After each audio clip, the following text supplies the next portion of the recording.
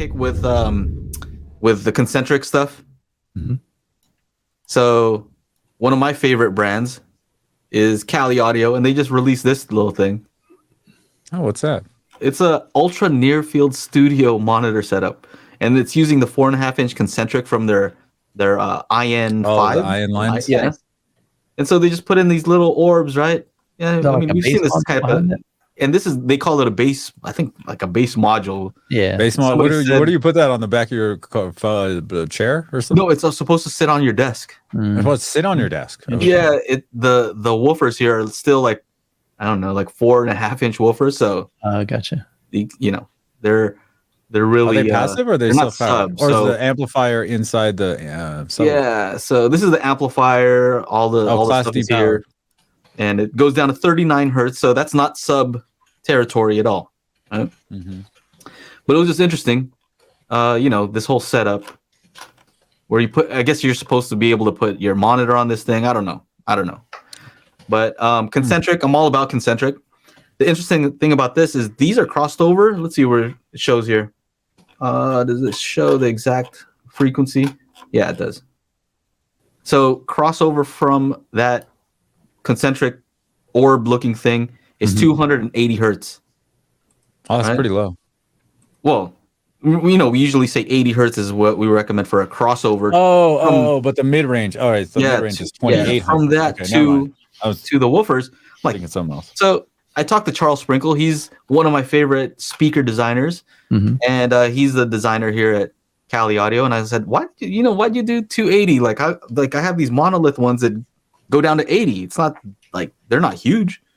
Why'd you choose 280?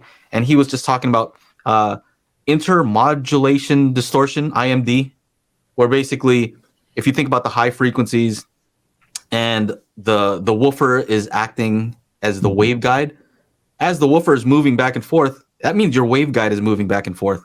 And if there's a high frequency coming out, it could modulate that frequency. Right. And he said he didn't want any of that. I don't want to hear any of that. And so I did a test. There's some IMD tests that you can do where you play two test tones where the tone is not relative to the other one in any mathematical way, I guess you can say. And you just test to see if you can hear that modulation. And I tested it with these monolith ones, and I wasn't able to hear anything. I tried different test tones, and I think it has to do with how much the cone moves, right? So if the cone moves a lot, then that's going to be worse. But the cone on these monolith ones are actually, it's weird because there's a surround that goes like this, a surround, and then one that goes under, right? So it's not like a double surround. It's one that goes under and one that goes over. So I don't know if that has anything to do with it to prevent the diffraction, but also the cone is pretty shallow, and when you run bass through it, it doesn't move very much. So anyway, for anybody concerned with IMD, I haven't heard it on these.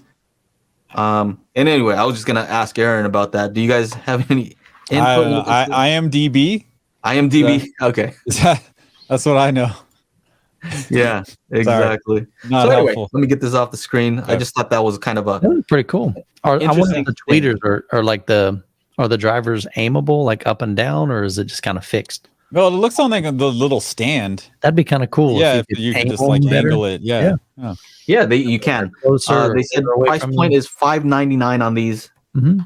So Yeah, it looks like. For that setup. and the cool thing, I guess, is if you plan on doing some studio monitoring on the go kind of, or if you have a small setup and you don't want to bother people, you don't even need an interface. Most of the time you need an audio interface so you can plug in XLR. This you can just plug in with USB to your computer. Yeah, that's handy. You're good to go. definitely. So All right, everybody. We do the Daily Hi-Fi podcast every Monday, 4 p.m. Pacific Standard Time. So make sure you join up to the YouTube channel, youtube.com/Daily Hi-Fi, and we will see you there for the big show every Monday. Yeah.